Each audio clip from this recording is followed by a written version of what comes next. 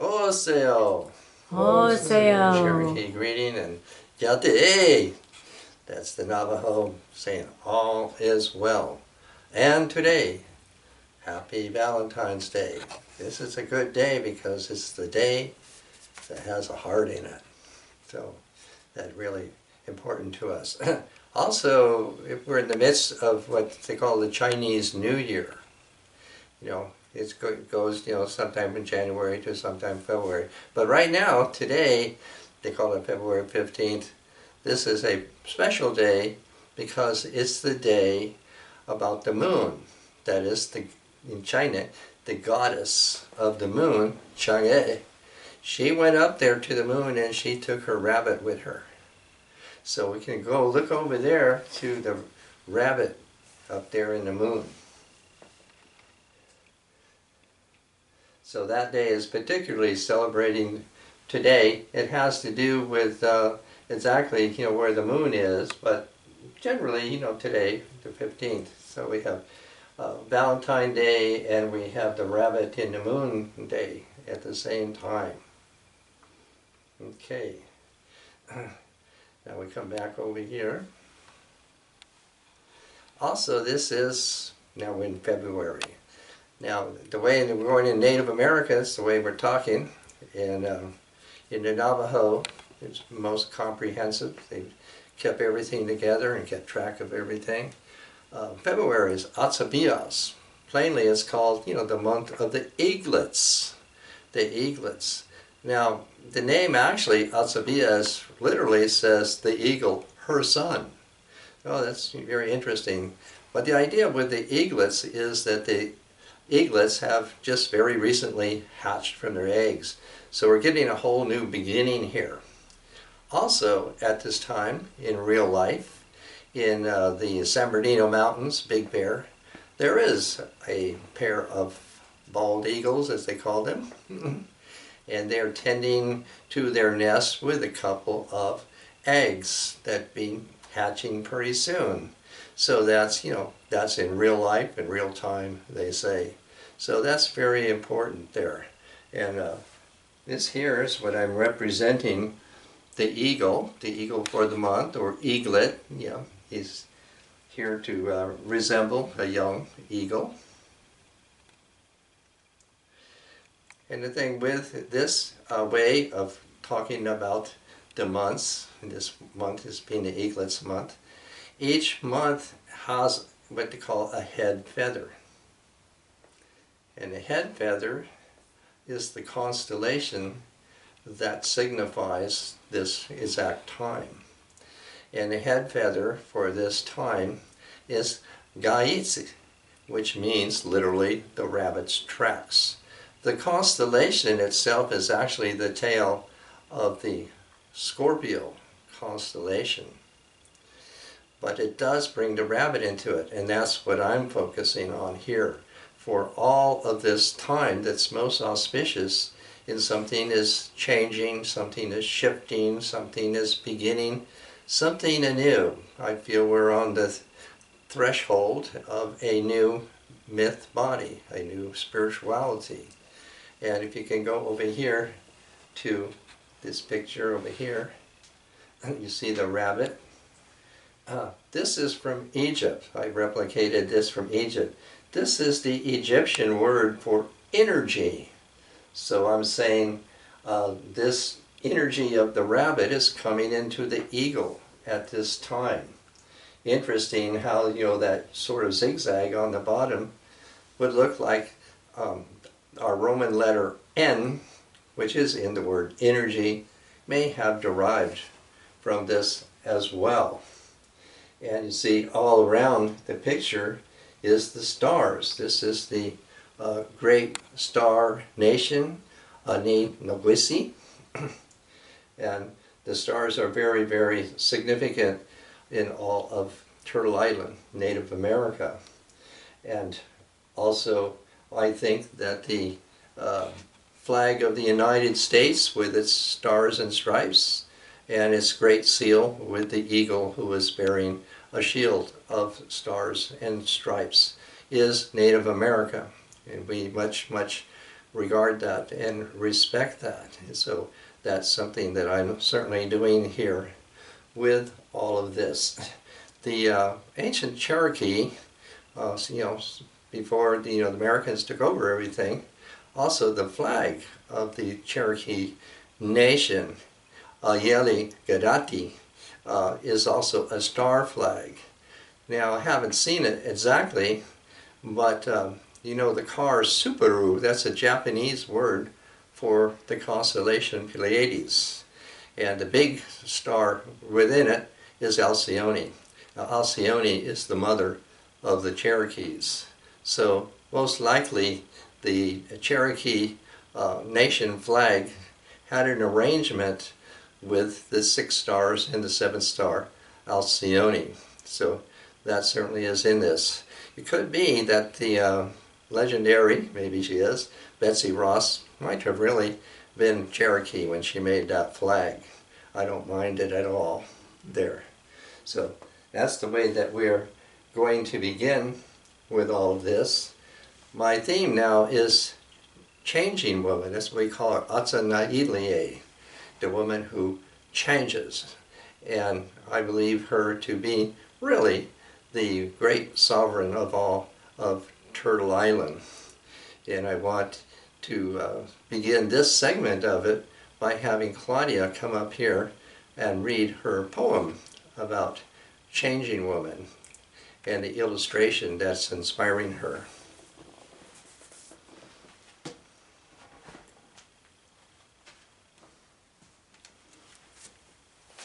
Here is Claudia Folklock, and I'm going to retire while she takes the stage.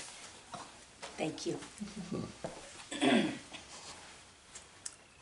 Greetings again, everyone. Delighted that Coyote asked me to come up here and read a poem or a song. Actually, I wrote quite a few years ago when I was working with the moon cycle songs of the flowering of the divine feminine, and in that I included Changing Woman. So I have his painting here in my book that also is centerfold in his display.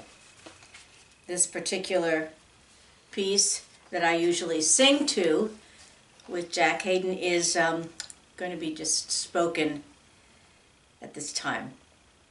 Wisdom Keeper. Clear quartz crystal sings out our sound, to which we humans are closely bound. This living being, original thought, a liquid moment, appearing still, releasing light that's caught. Do you know of our beginning, around which we coalesce? The first spark ignited our elements, the other our mindfulness. Reflecting crystal wisdom, women need to look within to see the face that we once wore of changing woman long before and need so much again. She is woman's forgotten memory we left on a frozen shore, yet we bear the seed as we yearn and bleed for what needs to be restored. Through nurture and compassion, we'll turn the tide about. We must still our fears, let mind flow clear before this light goes out. Thank you.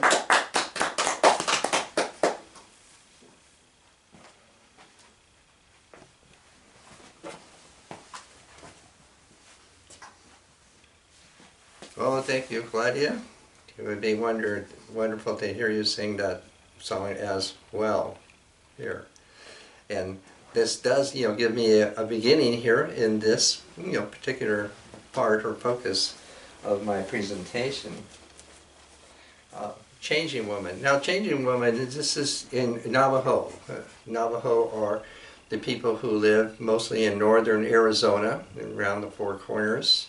Navajo, the name seems to have somehow derived from Spanish dialect somehow, because it's not in any of our languages. The people, they call themselves Diné. And quite relatedly, the people that they must be related to over there in Turkestan call themselves the Dene, which really just means the people. And it seems most likely that the predecessors or the ancestors of these people, Navajo, Dene, are related to the people in Turkestan because their language reveals it. And so how that they've evolved all of this wonderful myth and totally related to the land and to the stars and so forth. Now, Changing Woman is their name for, I would say, the great sovereign. She is woman with the Sphinx-like quality. No matter how much we know about her, the total is a great question mark. She is the mystery of reproduction, of life springing from nothing, of the last hope of our moving world, a riddle perpetually solved and perennially springing up anew. Here, the one who is named Changing Woman is pretty close to the real names of every young girl. Now, so much of this particular aspect that I'm focusing on is crystal, the crystal. So my painting here is of her as a crystal. And up here is a crystal, a rock crystal. And here is a mountain soil bundle from San Jacinto.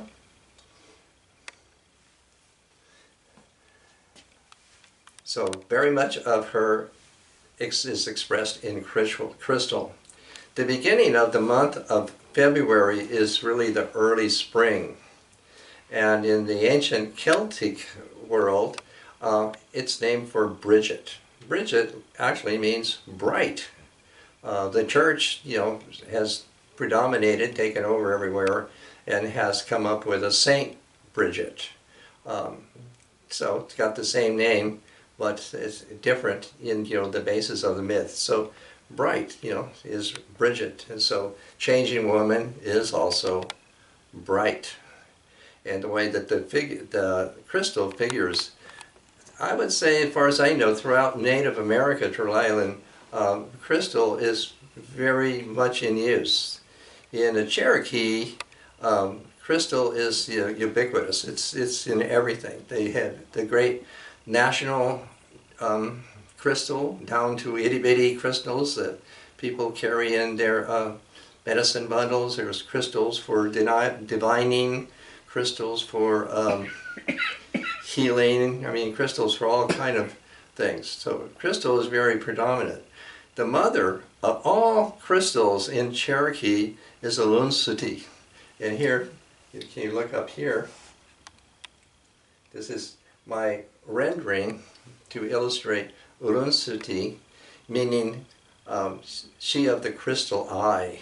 And the crystal eye, the eye is in this great luminous serpent, that we could call it, Inaru, is Ukdena. Ukdena is the Cherokee serpent, very mythical, who has the crystal eye. This is the way I'm putting it, and this is the way that I have put that together there. Now, with Changing Woman, one particular act that she has done with her crystal, with most matriarchal cultures, the sun is not major one way or another. And in this rendering of the matriarchy, Changing Woman, with her crystal, she is raising the sun. And how she's doing that is that she has a turquoise disc, is the way we would call it. So you can go over here to do this here. So in this, I have replicated the idea of the turquoise disc, and here is her crystal. And so with her crystal, she is raising the sun into the sky. And of course with that, she is also raising the sky as well.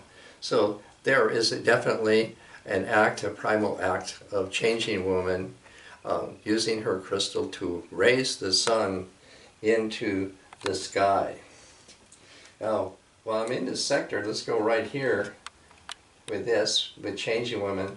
This is what's called Grasshopper Girl. Now, Grasshopper Girl is the parthenogenesis. She is the what makes woman.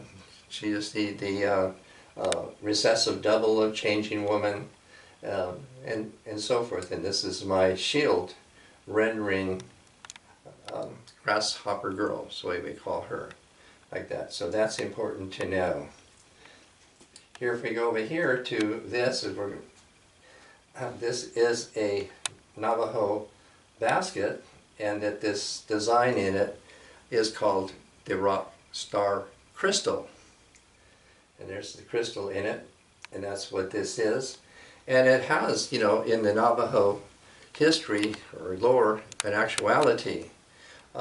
As the people were coming over towards Arizona from here in San Diego, the way the story goes, you know, they saw something like we would say a shooting star or a comet. And they were far enough over there in Arizona, they saw, you know, that shooting star go over there into the mountain, Chuksai Mountains. So come the daytime, and they went up there to see where that was, and they saw this. It was a giant crystal. The big crystal was sitting there in the earth, having landed there from the sky. And they drew a circle around it, and then they began to set stones around it and left somebody there to tend to something of a calendar or a cycle. And that's what's all in this basket here. And in modern times, you know, they have said, where is that rock crystal now? They said the Mormons stole it. So, but it still lives, you know, here in the Navajo basket. Now, over here to this picture, I'm not sure who did this, but it's very good. This is a print, and here's a woman. Maybe she's gonna be a Changing Woman, and here in her inside we're seeing X-ray or this bunch of crystals in a crystal stream, and then she's holding a crystal in her finger, and little hummingbirds are coming out of it. And here in front of her, this is a particular kind of crystal called citron crystal. The crystal inside of her looks quite similar to this. Vivian has, you know, did a little research, you know, on what this crystal called citron crystal is, and it's quite auspicious. It's quite spiritual, so it has quite a spiritual potency to it. I cannot recite all that I heard about it, but here it's very significant to be there. And here I put this here because this lass, this figure like that, I'd like to think that she's, you know, the crystal personified, and this is a ball of crystal, or a crystal ball. And it's the kind of thing, when I was given an education in Cherokee, actually, I began with that. So that's the rendering here. We come right over here to this. This is a little buffalo. Then this year, this Chinese New Year, is the year of the ox. And here in Native America, certainly we're going to say the ox is our American buffalo. So I definitely have him there, and here's his little crystal to go along with that. And here, these are a pair, actually, of sand paintings, traditionally called Father Sky and Mother Earth. Now, it's really, really interesting. I collected this some time ago. I think these are probably about 50 years old anyway. And this one of Mother Earth. And on the back of it, the woman who made this has written this on a piece of paper and taped it to the back of this. And this is what it says. Mother Earth, from the bosom of Mother Earth radiate this life-living energy of the sun, bringing fertility to the womb of Mother Earth, from whence springs the seeds of all living things, by Rose A. Eldridge. Isn't that wonderful? And magnificent detail that she's put in everything here. And this bar here, this is the earth. This always stands for the earth. And up here she's done similar, and she's pretty much described that this is the sky, Father Sky called here, and this is the Milky Way, and these are the constellations. This would be, they call the great star would be Venus, and down here again is the Earth bar. So that's really, really wonderful like that. Now if we can go down here, well here's another crystal. Let me light some of these crystals up here. This crystal here is actually a hand tool that I found over there in like Ducati Peak, and that's what that is. And going along, go down here, this crystal here, this big rock crystal, is also a hand tool, and somebody found it in a cave in Baja that had cave paintings in it, and Gwen was her name, and she presented that crystal to me. And so it's very good to go with this image of a bighorn sheep.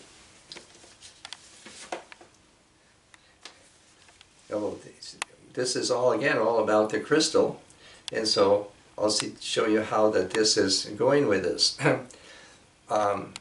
There's like a personification, a deity personification of the bighorn sheep. You know, bighorn man is Ashidi, and there are petroglyphs, you know, of this figure, you know, with the sheep horns, you know, all over.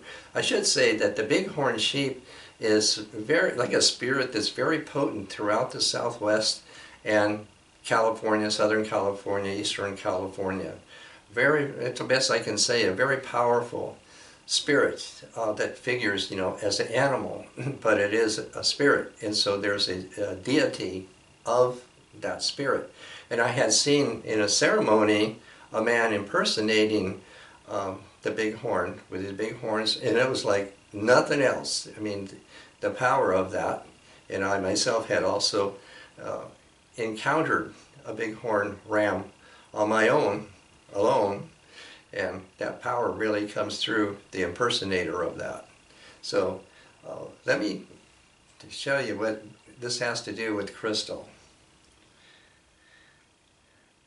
The home of the bighorns, that's the way we refer to them. There is no door, but a ram is painted on the smooth rock, and under it is a white spot. The Ye, the god, hit it with his staff, and the door opened into an empty room.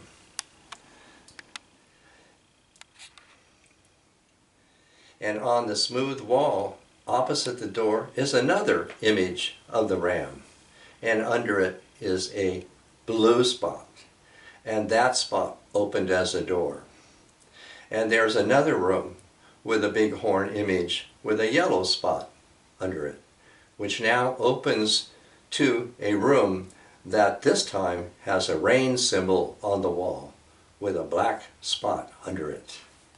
And this, a door, opened into a room filled with people. And also in this most beautiful of rooms, on each of the walls of this room is a large crystal which illuminated the room. And with each of the crystals there was a cure for disease: blindness, lameness, deafness, and paralysis. So that would give us some idea of the relation of the people and the bighorns, the way we refer to it. And the bighorn, there's countless petroglyphs on rocks, you know, throughout the Southwest and California of the bighorn sheep and so forth. Pervasive is the crystal. Like, you know, here I have a cigarette lighter and I've fastened a crystal to it. So, because the crystal is used ceremonially or ritually to light the pipe, to light the sage, to light prayer bundles, or even to start ceremonies, you know, passing the crystal overhead. All kind of ways that the crystal is still very active in Native America.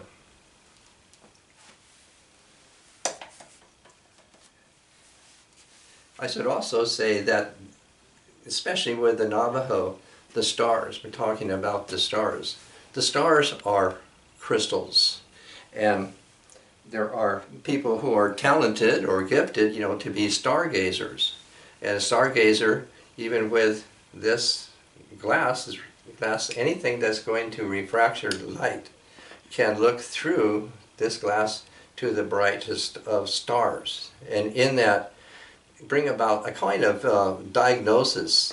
In other words, somebody's going to employ this talented stargazer to find out there's something wrong with them, whatever the malady is, so that the stargazer can see by the colors in the refracted light that means what atali and what ceremony the patient or the would-be patient would be looking for to enlist in the kinds of curing ceremonies that the Navajos chiefly have as their culture. So that's what this is. And also, if you can go up here, this is my crystal eye, but up here, of course, this is the shape of a star. And what this means in the context I'm talking about is that these constellations, these star constellations, because they're crystals, they have to have a star that ignites them. So that's what it's called, the igniter star that lights up the stars that are crystals. All of this has to do in Native America of our relation between heaven and earth, or the stars and earth. The stars are the vitality. They are the supreme or transcendent vitality of us. And as far as I know, all First Nations people relate ourselves to the stars and are continuous in that.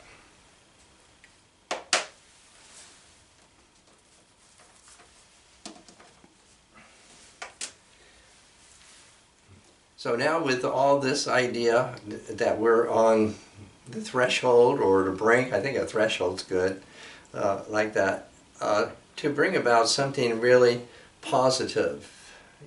I think that the current events that everybody knows, the swarm of wasps, that swarmed into our White House Hogan and ransacked it, has been a word that came up in all of that kind of business.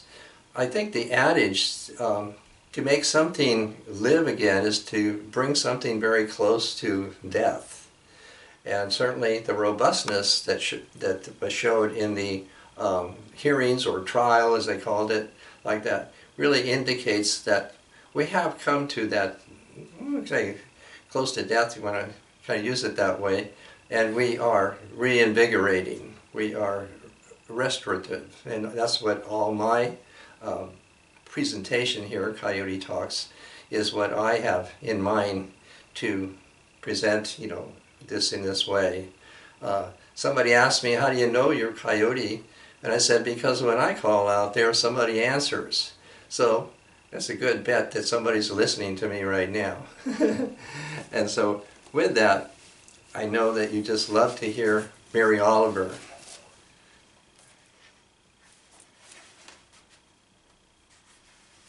Come on. Okay. So this is Mary Oliver. I very often find a very suitable poem of hers to accompany my theme and even illuminate it with her marvelous, marvelous writing. And this really, really goes with this. These last days, things are changing. Things are starting to spin, snap, fly off into the blue sleeve of the long afternoon. Oh, and ooh, come whistling out of the perished mouth of the grass. As things turn soft, boil back into substance and hue. As everything, forgetting its own enchantment, whispers, I too love oblivion. Why not? It is full of second chances. Now hisses the bright curls of the leaves. Now booms the muscle of the wind to make room for me.